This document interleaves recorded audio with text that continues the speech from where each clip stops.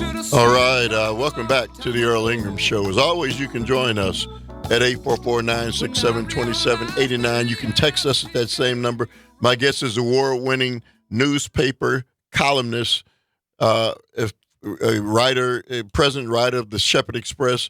He's also a radio and personality commentator, Joel McNally.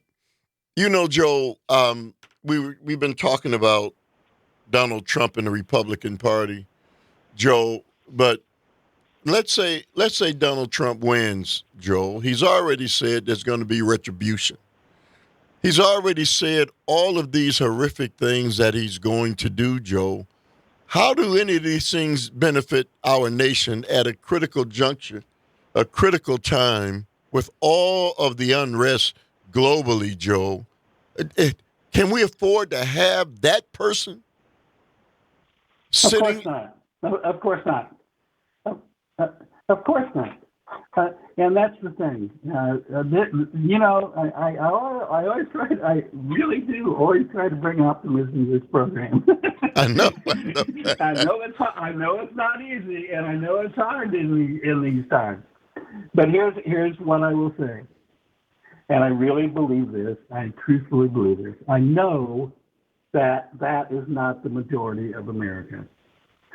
And I am not going to believe anything else. And that is what I am going to fight for the rest of my life. And that is what you are going to be fighting for the rest of your life. And you know what? We're right. And the thing is that the majority of the American people know exactly how dangerous and ugly this man is. They really do. Here's the only problem. Here's the problem. There's maybe 30% of the Republican Party who also really truly believes everything Donald Trump says. They're not very bright people. They're not very intelligent people. They're not very well-educated people.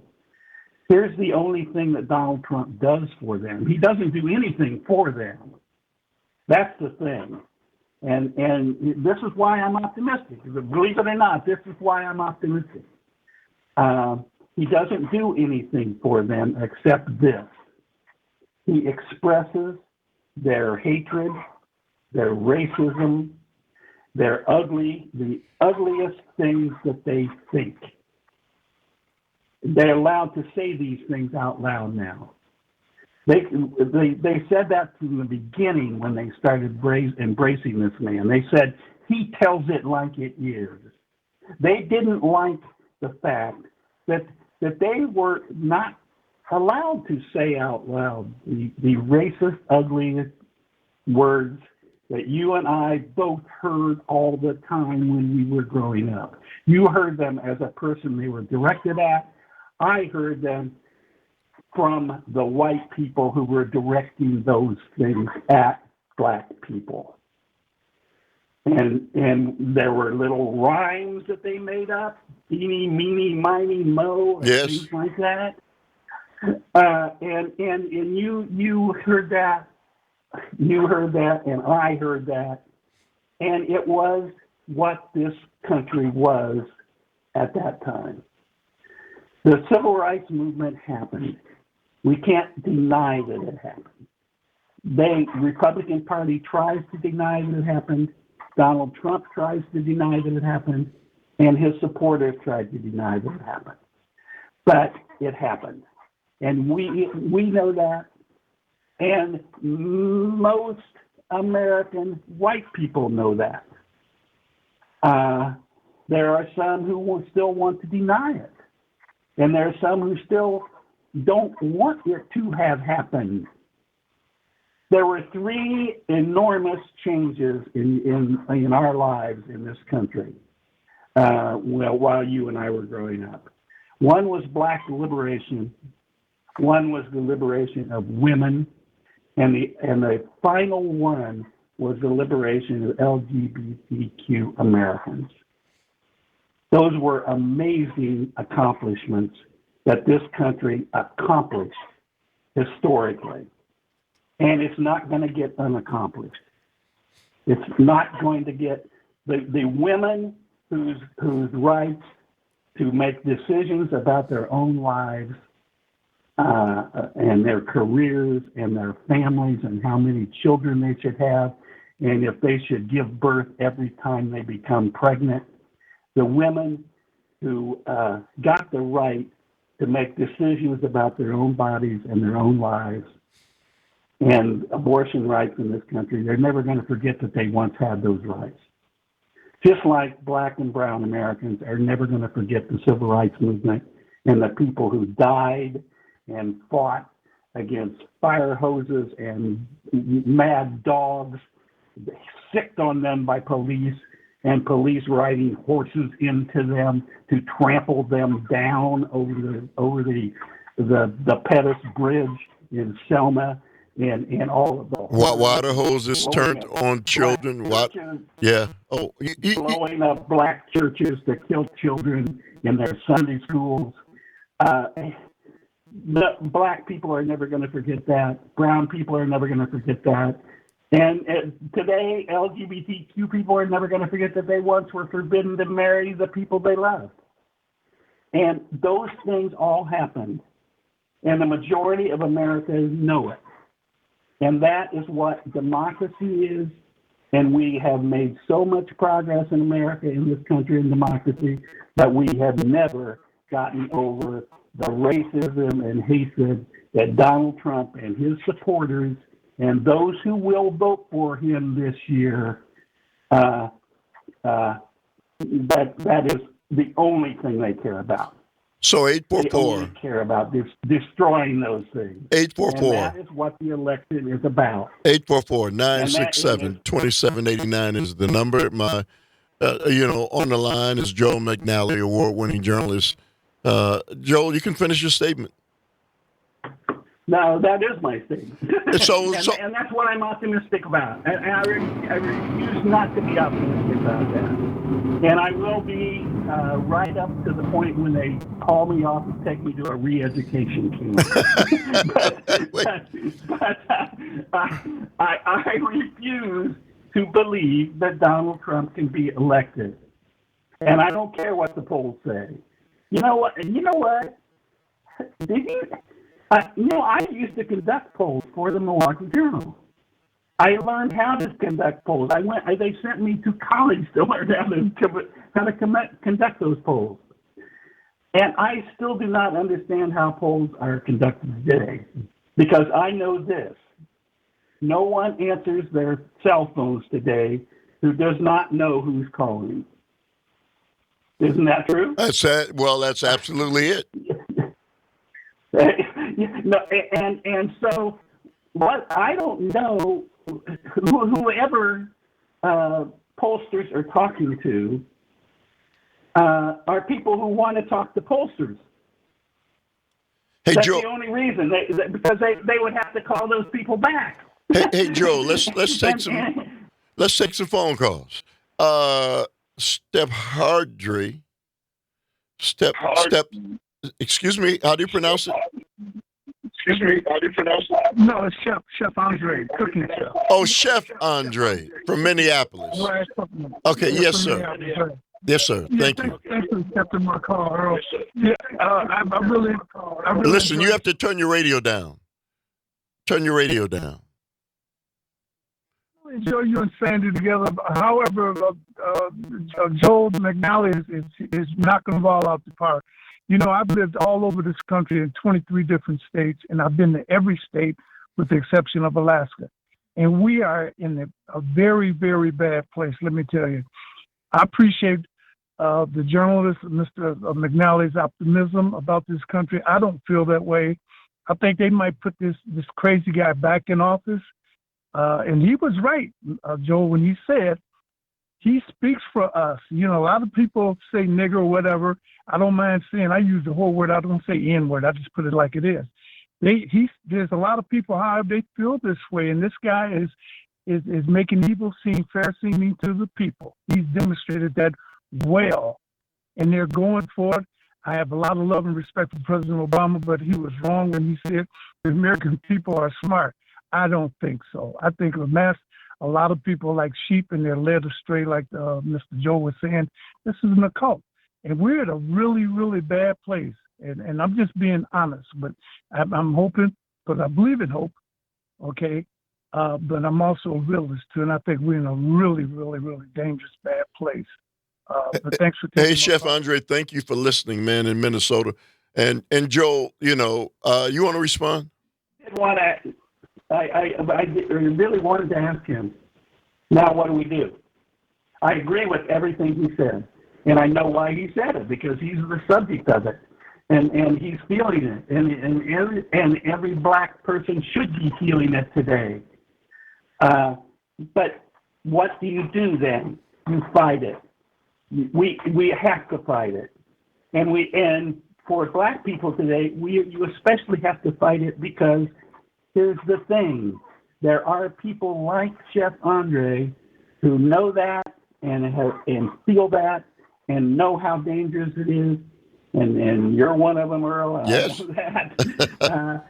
And the only thing we can do then is fight it, and particularly in the black community, because there are people in the black community right now, many young blacks, who say we can't change anything. And Hey, Joe, hang on. Mike from Kenosha, hang on. Our phone lines are open, 844-967-2789. Now's your time on the Earl Ingram Show.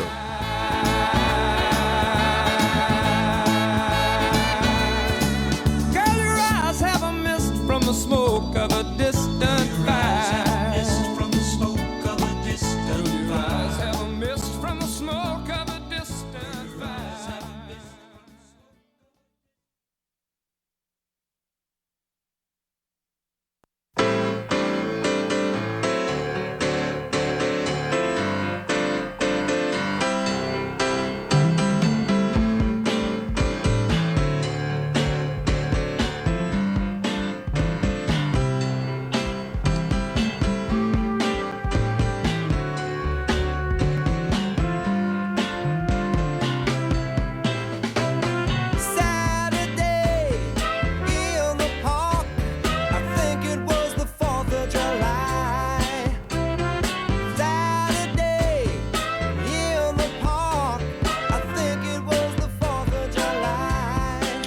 All right, welcome back to the Earl Ingram Show. As always, you can join us at 844-967-2789. Text us at that same number.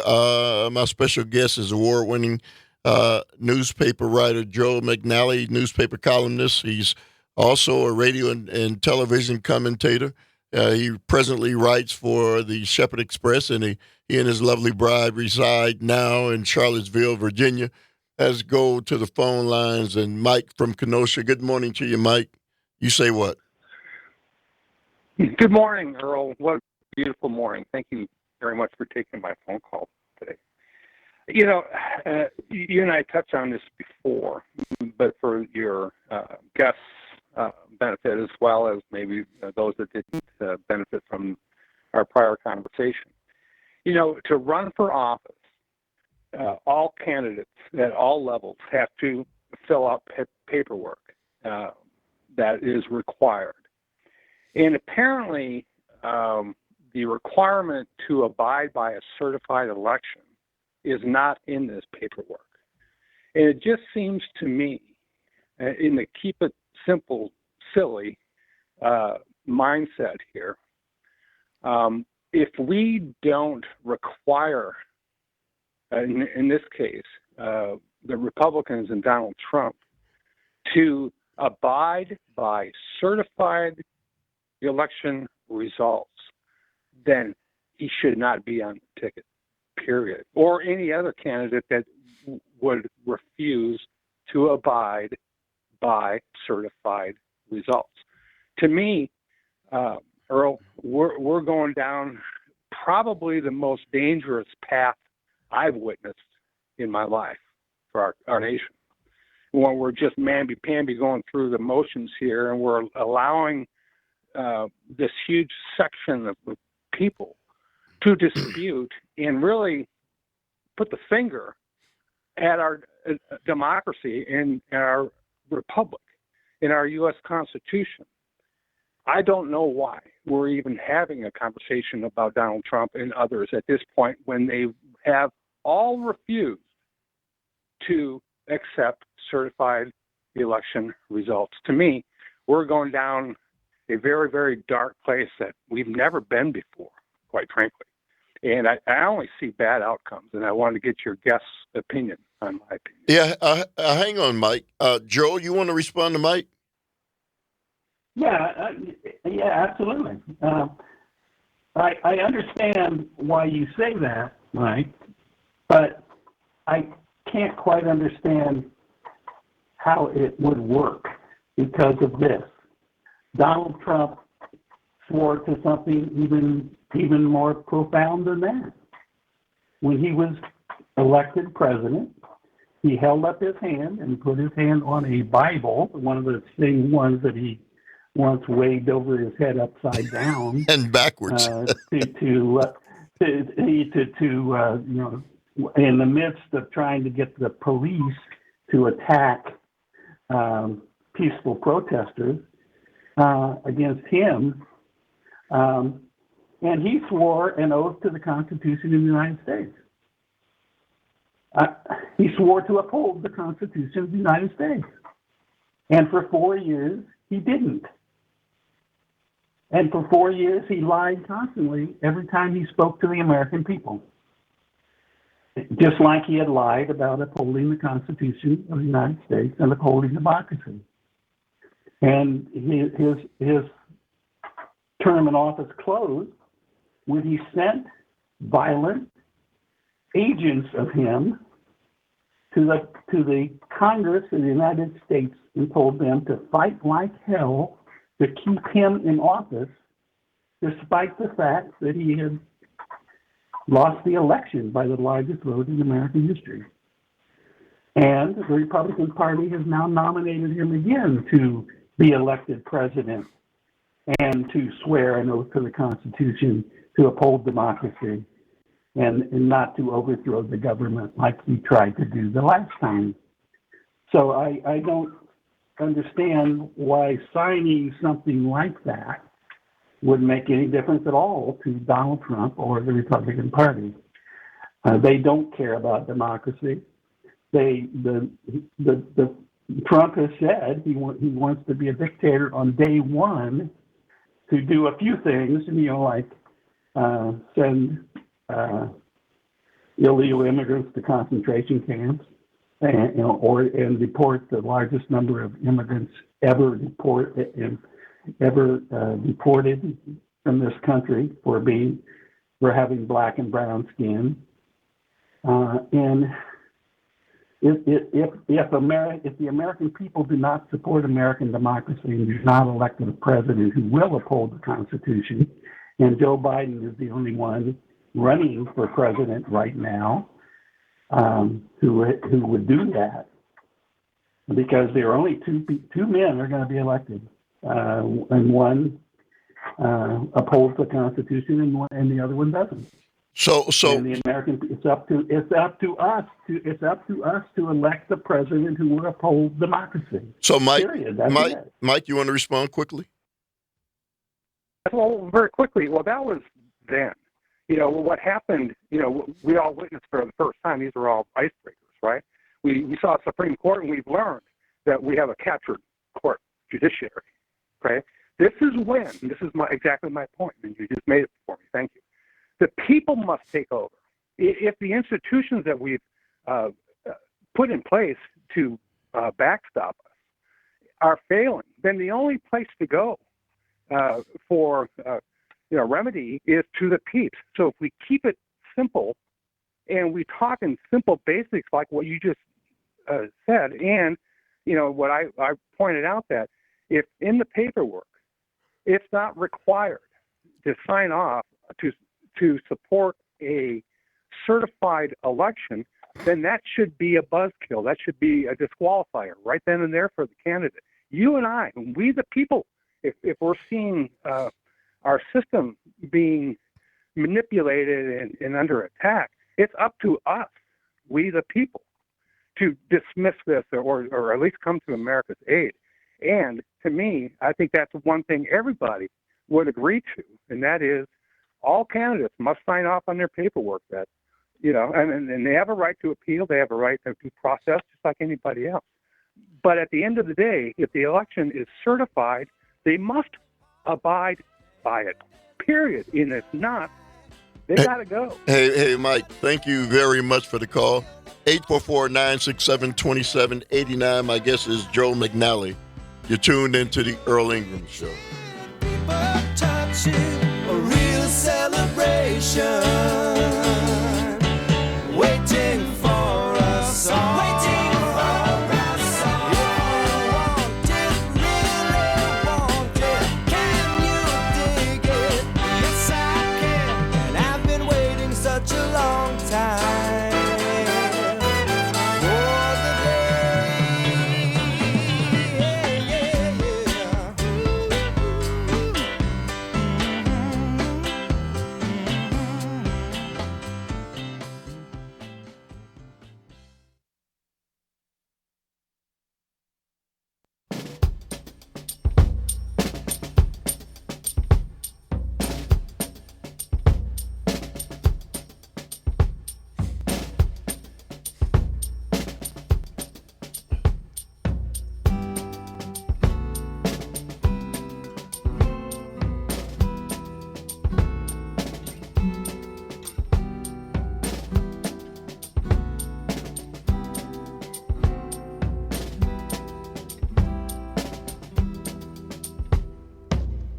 problem is all inside your head, she said to me. The answer is easy if you take it logically. I'd like to help you in your struggle to be free. There must be 50 ways to leave your lover. She said it's really not my habit to intrude. Furthermore, I hope my meaning won't be lost or misconstrued. But I'll repeat myself. At the risk of being crude, there must be 50 ways to leave your lover. 50 ways to leave your lover. All right, welcome back to the Earl Ingram Show. As always, you can join us at 844-967-2789. You can text us at that same number. My guest again is award-winning journalist and columnist and radio and television commentator, Joel McNally, and my, once co-worker and always lifelong friend is on the line. Joel, we can talk about, these what's at stake if Donald Trump gets elected and dealing with issues inside of our borders. But for heaven's sakes, this was in today's Washington Post. U.S. concerned about Ukraine strikes on Russian nuclear radar stations. What's going on in Gaza? Joel, there are some serious the issues in China. There are some serious earth-shattering things going on globally that the United States should be very cognizant of, and the American people, that the person who's going to be there has to deal with all of those things. And yet we don't talk much about the global reality of a president of the United States and his presence and what he has to deal with. Why are we not talking about those types of things, Joe?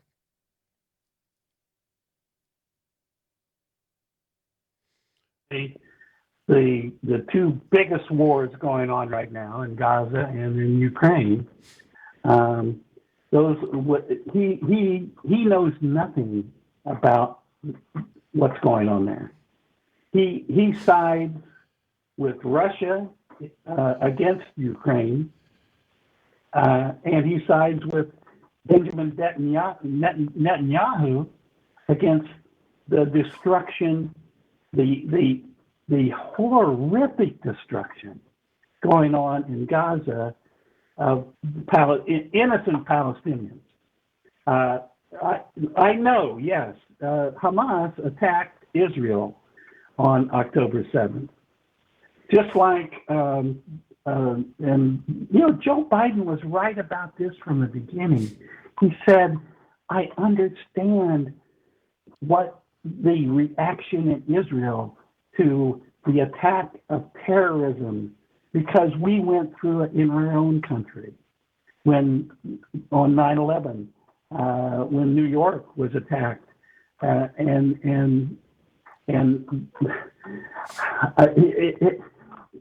he understands the immediate hatred of what had happened when you were attacked by terrorism.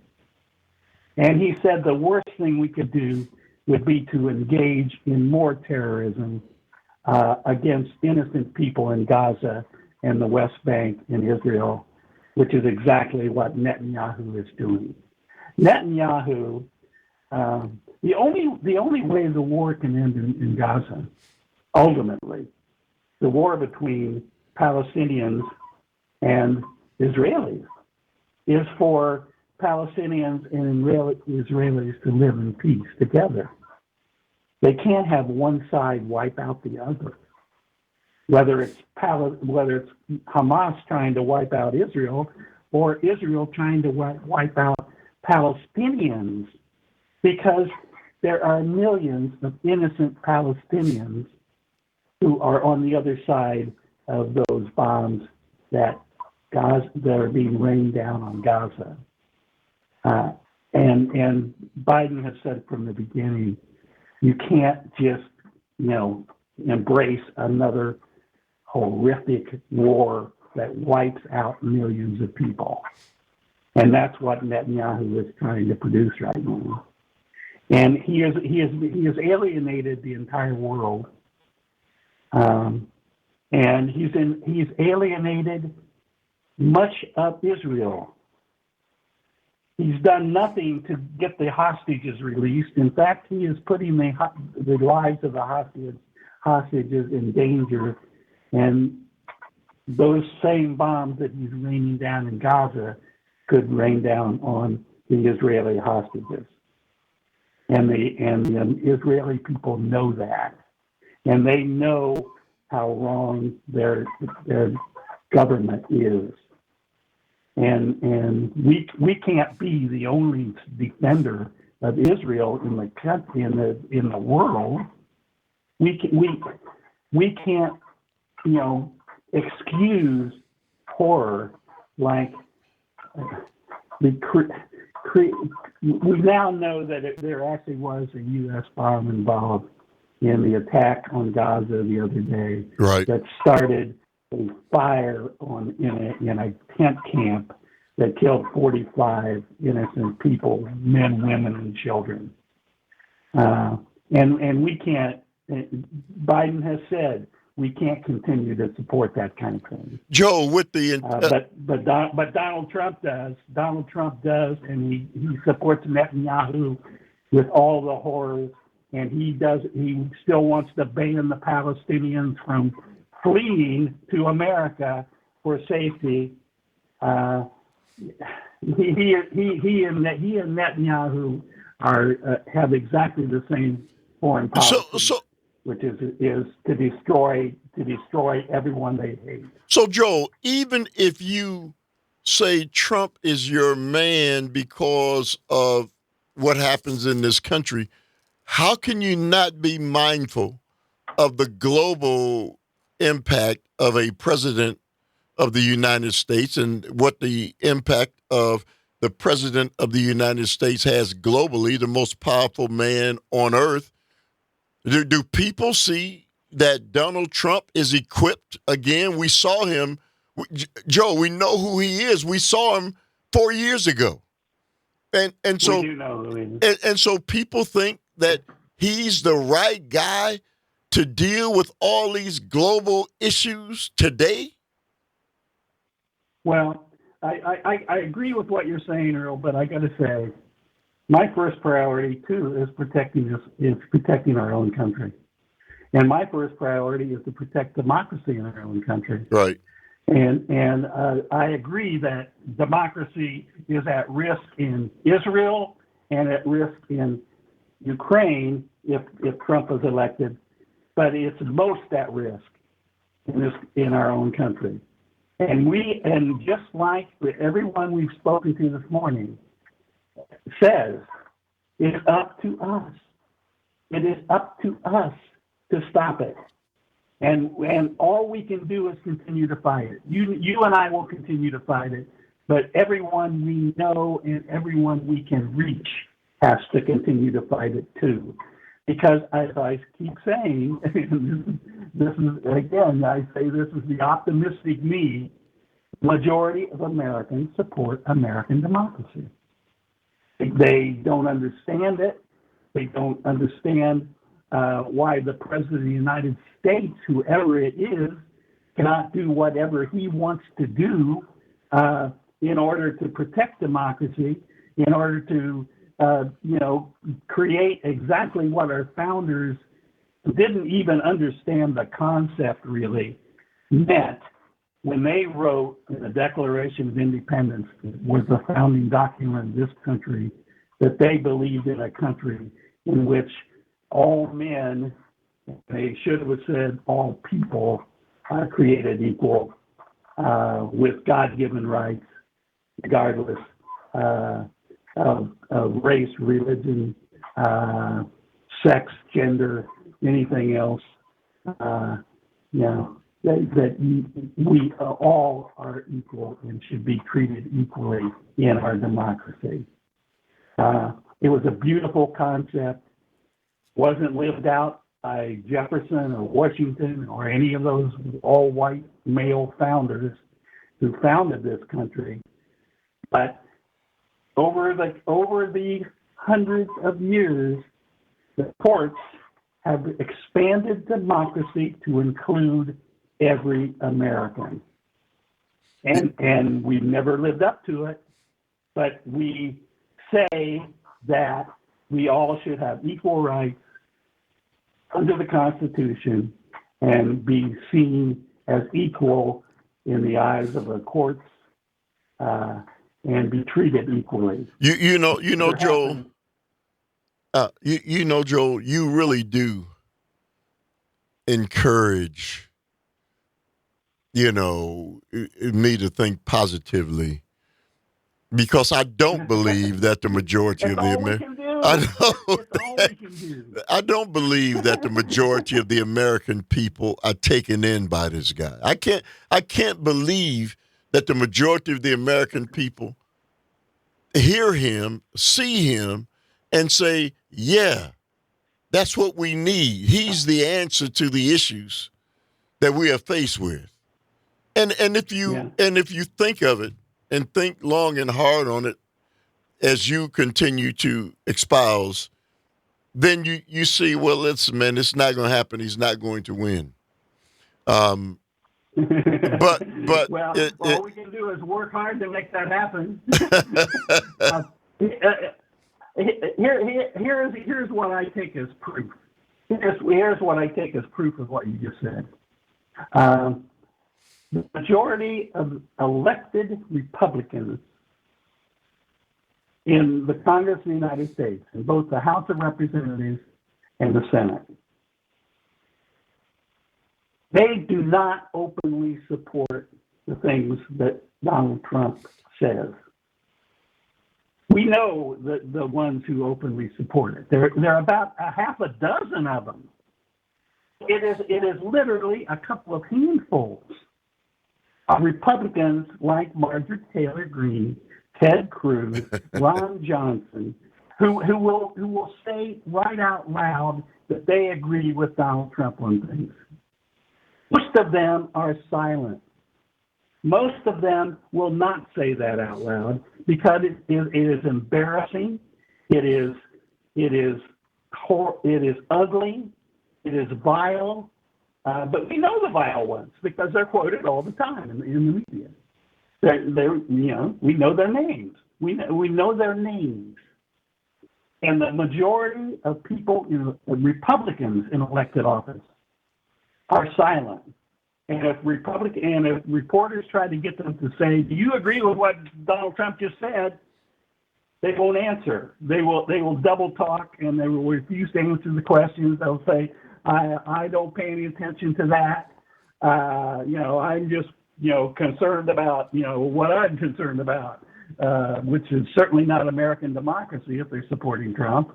But they have nominated Trump as the representative of their party, and he controls their party. And because he controls their party, they don't say anything out loud. And to me, that isn't that they're good people. They're the opposite of good people, because good people don't stay silent. All right, 844-967-2789. Your chance to get in. Joel McNally is still hanging on. I'm glad he's here on the Earl Ingram Show. Hop on the bus, Gus. You don't need to discuss much. Just drop off the key and get yourself free.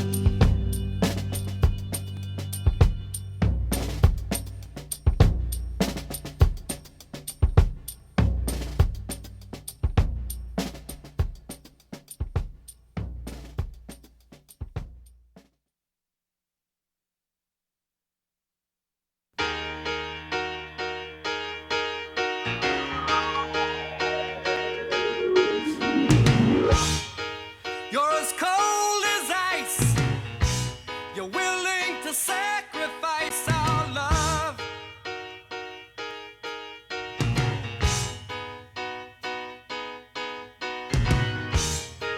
You never take advice. Someday you'll pay the price. I know. I've seen it before. It happens all the time. You're closing the door. You leave the world behind. You're digging for gold. You're throwing away a fortune and feelings, but someday you'll pay.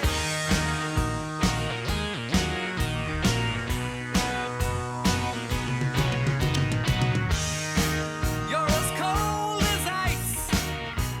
You're willing. All right, welcome back to what is the last few minutes of a Thursday edition of the Earl Ingram Show. My good friend and guest Joel McNally is on the docket. You know, Joel, we just spent an hour and a half talking to the listeners, many across the state, about where we are, and you have done a great job of dissecting,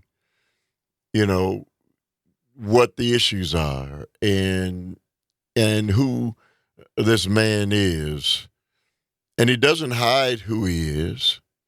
What happens, Joel, if he comes back guilty?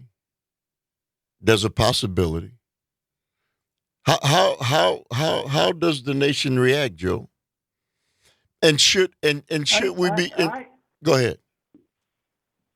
Yeah, I'm fairly optimistic about that as well. You know who I am. I know. The overwhelming majority of people in this country do not believe that anyone on trial is innocent, right? Right. We do know that. We know that the fact that they're being prosecuted, and it's just an assumption that they're guilty. This man commits his crimes in plain sight, and everyone sees it. Everyone and everyone hears his lies about it. And the fact that Republicans can dismiss this because it's working for them right now to stay in power is the stupidest thing that they have ever done. They're destroying the Republican Party. It is no longer a conservative party. It is a party of anger and hatred. And anger and hatred is not an attractive thing. And convicted felons running for president should never be nominated for office. Period. And everyone in the country knows that a convicted felon is a criminal. There are people who may say that, boy, this is just they're agreeing with his lies. That this is A witch hunt. him because he's conservative. He's not. There's nothing conservative about overthrowing democracy. That is not conservative. Conservatives want to preserve America and American democracy. They have some very different ideas, some of them, of what American democracy is.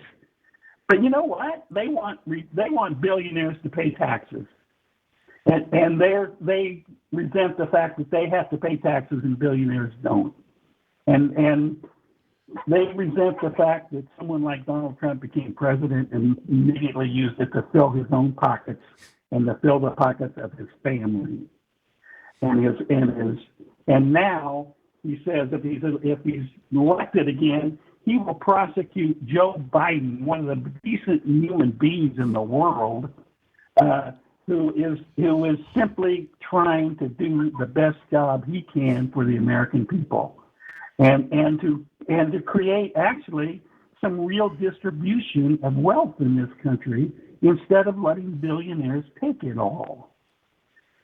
There is a profound differences between these two men. There have never been bigger differences between the two men running for president of the United States.